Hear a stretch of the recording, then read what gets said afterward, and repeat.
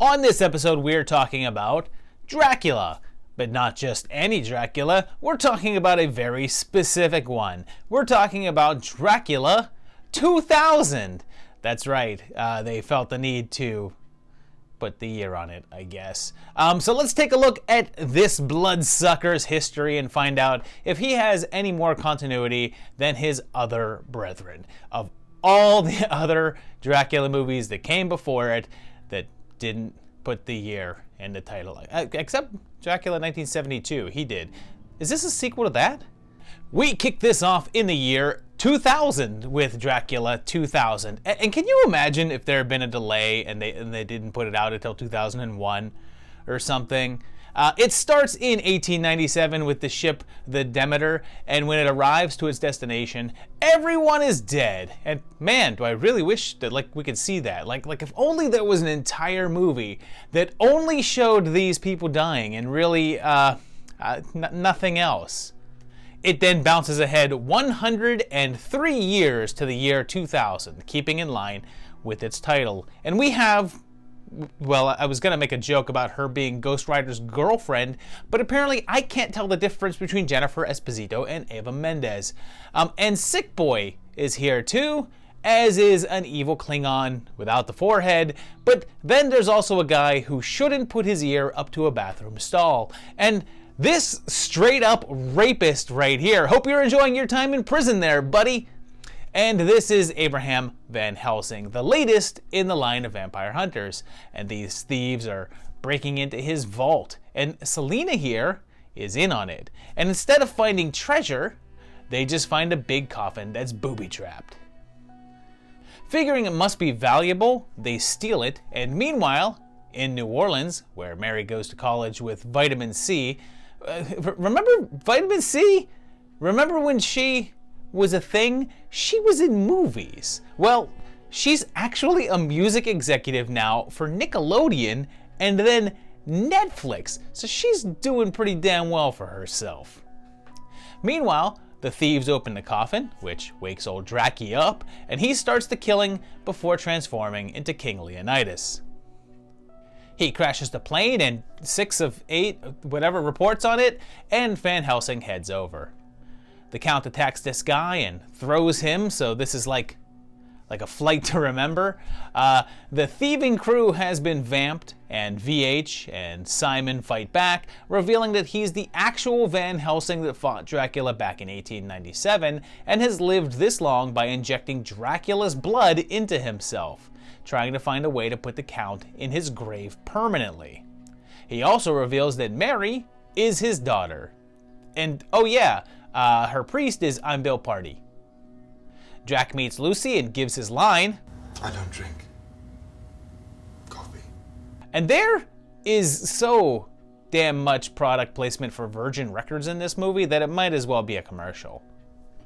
They kill Vanny and go off to face against Drac, taking on the new brides, and the big guy reveals his dark secret. He's actually Judas, which is why Christian iconography hurts him and his general weakness when it comes to silver. He was then cursed to become a vampire and walk the earth forever. And hey, can I get the whole "you have to live forever as a young man" curse, please? That sounds just awful. Mary seems to join the Count, but she's just faking, and her and Simon take out the brides, and the D is hung from a giant cross, burning in the sunlight. Mary then embraces her destiny as a Van Helsing. 3 years later, a sequel went straight to video with the arrival of 2003's Dracula II: The Ascension, losing the whole 2000 part of things, which makes it a bit confusing, because is it a sequel to that, or Dracula, or whatever? We're in the Czech Republic now, and we have what appears to be Mowgli attacking an innocent woman. But it turns out that she's a vampire, and that she's one of a set of twins of evil, because someone likes Hammer. He's a warrior priest and is bitten in the battle, but he manages to burn it out in the sunlight, which is new to me. Did not know that you could do that, I guess. It then jumps ahead 2 months later, and when David Boreanaz isn't around, you get Greg Sheffer, and he's a professor. And there's some students here, including Ezekiel, someone from the SVU, and Playboy Playmate of the Year Brandy Roderick. We're then shown Dracula burning again, and his body is brought to the morgue. So this is right after the last one. So this is still 2000. And like the next day, although the epilogue of the first one said that Mary took the coffin back to London with her, so I guess she forgot to put Drac in it. Jason London is here because occasionally he's allowed to make non-sci-fi original movies, and they figure out that it's a vampire right away, and Father Uffizi is on the case. They steal the corpse and want to do experiments with it and say that it's March 10th. So I guess March 10th, 2000, which does tie into the last film seeming to be around Mardi Gras. They revive the Count with blood, but some guy named Eric shows up and incapacitates him. Elizabeth has been infected though and starts changing, and Drac's been recast because Gerard Butler wasn't available, which is likely a nice way to say that he was like, no thanks. Which is weird because Drac looks totally different, sure, but he's also blonde now for some reason. Uffizi talks to his mentor, Chief Brody, and the crew starts to inject the Count's blood. So the priest shows up to clean house, and in order to save Lowell, they give Drac a transfusion. They shoot up the prof, and he turns heel and has been in league with Eric the whole time. Oofy shows up and Drac gets loose, and props to this movie for using the little talked about aspect that vampires are compelled to count spilled grains of rice. Drac and Oof face off and distracts him with the knowledge that he's Judas, and Elizabeth turns and helps the vamp escape, ending on a cliffhanger. So here's where it gets funny, because 1 year later, in 2004, there was the release of Dracula 3000. Now, you would assume the Dracula 3000 would be a sequel to Dracula 2000. But the fact is that these movies are completely unconnected, and this isn't a follow-up at all. But we're gonna cover it anyway, because, I don't know, why not? It starts with Andy Warhol's Dracula and Frankenstein, and then I guess jumps 50 years later, and a ship called the Mother III with Abraham Van Helsing, who has been the captain since 2997. So I think that the title is, again, literal. A ship that had been lost in space called the Demeter reappears, and a captain named Van Helsing and a ship called the Demeter. What are the odds? Mina Murray, another coincidence, joined the ship at the very end of 2999, and we see that Aurora has been with the ship since February of 3000, and they say that she just joined with them. So yeah, definitely the year 3000. The captain is Johnny Rico, and we're told that there was some sort of outbreak on the Demeter, and tiny Zeus Lister is on hand. Varna's broadcast says that it's 2950, and since we're told at the opening that it was 50 years ago, that confirms without a doubt, like 7 times now, that this is 3000, in case you didn't believe the title. Then, the late Coolio is here, and he's known as 187. In modern police code, and everyone in this movie dresses and talks and has hairstyles like in the early 2000s, and this is supposed to be 1,000 years later. For reference, that's the difference between now and the year 1024. So you'd think that there would be some variations. The girl who gets eaten by the blob in her car is here, or should I call her the kid that Elliot kissed in E.T., or maybe Baywatch Babe. There's so many choices. They board the ship and find a skeleton with a crucifix, which they say they banned 200 years ago, and there's also a whole bunch of coffins. 187 tries to open one and cuts his hand doing it, and inside is a bunch of sand, and shortly after, he vamps out and goes on the attack. Did I ever tell you how many times I see you and want to ejaculate all over your bazonkas? I mean, one thing you can say is that Coolio is clearly having a blast here. Turns out that Dracula himself is on the ship, except it's not Dracula, it's a vampire named Count Orlok, so I guess the title is false advertising. It said that he's from a planet of vampires and his planet is wiped out and he's seeking new food sources. They find out that the Cap is actually the descendant of the original Van Helsing and reveals that Orlok, is Dracula, so that title's all good. And they kill 187 with a pool stick because they still play pool 1,000 years in the future. Turns out that Aurora is a robot, and the Count makes his way through the crew, even turning Van Helsing. They manage to seal themselves in the bridge, cutting off the Count's arm in the process, and they plot a course into the sun. They realize that they have 12 hours before they get there, and Aurora reveals that her original purpose was to be a sex bot, and the two head off to have sex till they die. I guess, the end.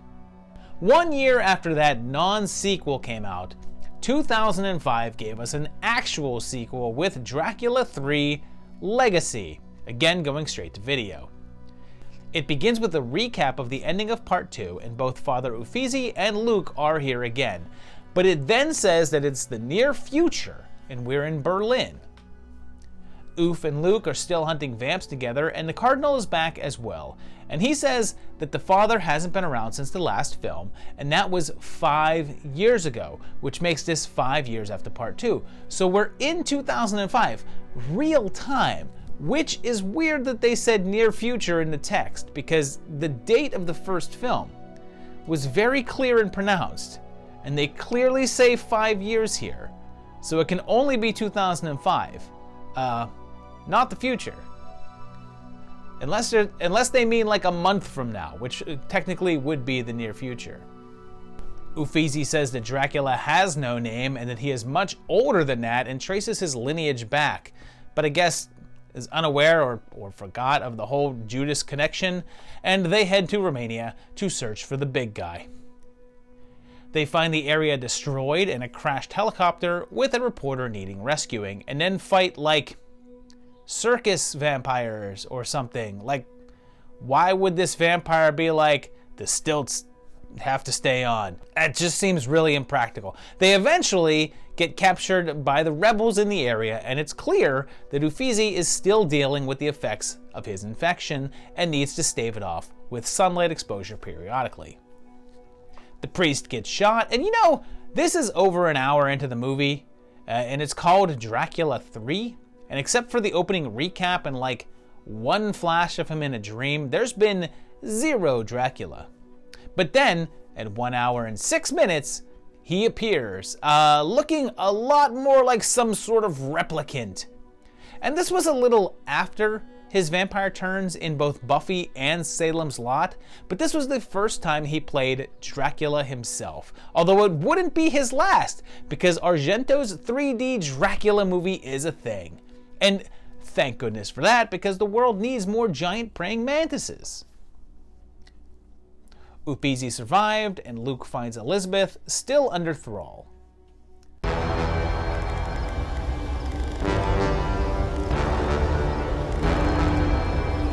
Wait.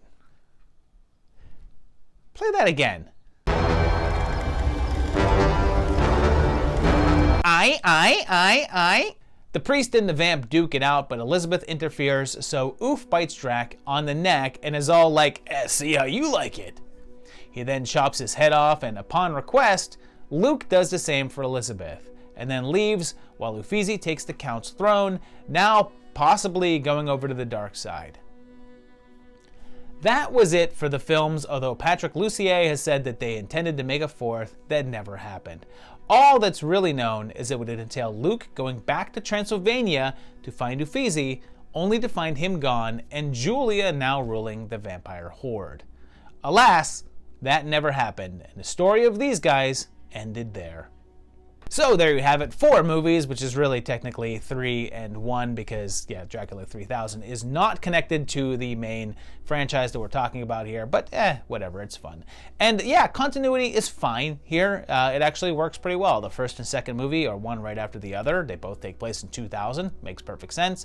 And the third movie takes place in 2005, 5 years later, which they say in the movie, even though they say near future, ignore that. Everything's totally fine. Dracula 3000 takes place in 3000. Yeah, it's actually fairly cohesive continuity, and it works pretty well, with the exception of Dracula, who is constantly changing ages, appearance, hair color, everything. But yeah, whatever. These are fine. These are pretty harmless. I think the most enjoyment I had, believe it or not, was Dracula 3000, because it's the silliest. It's just so silly. But they're all fine. None of these are terrible. Let me know what you think of these down below, and if you enjoy them more than me. I don't mind them, but I don't really, I won't rewatch these just for the hell of it. But tell me if you will in the comments below. Also, if you like this video, hit that like button. Hit the bell if you want notified when new videos are out after you subscribe to the channel. And also, go to my Patreon page at patreon.com/movietimelines. I've got a really cool slate of things coming for you guys in 2024. I think you're going to like a lot of what you're going to see. Stay tuned, and we'll see you very shortly for another great video. Thanks, guys, and bye-bye.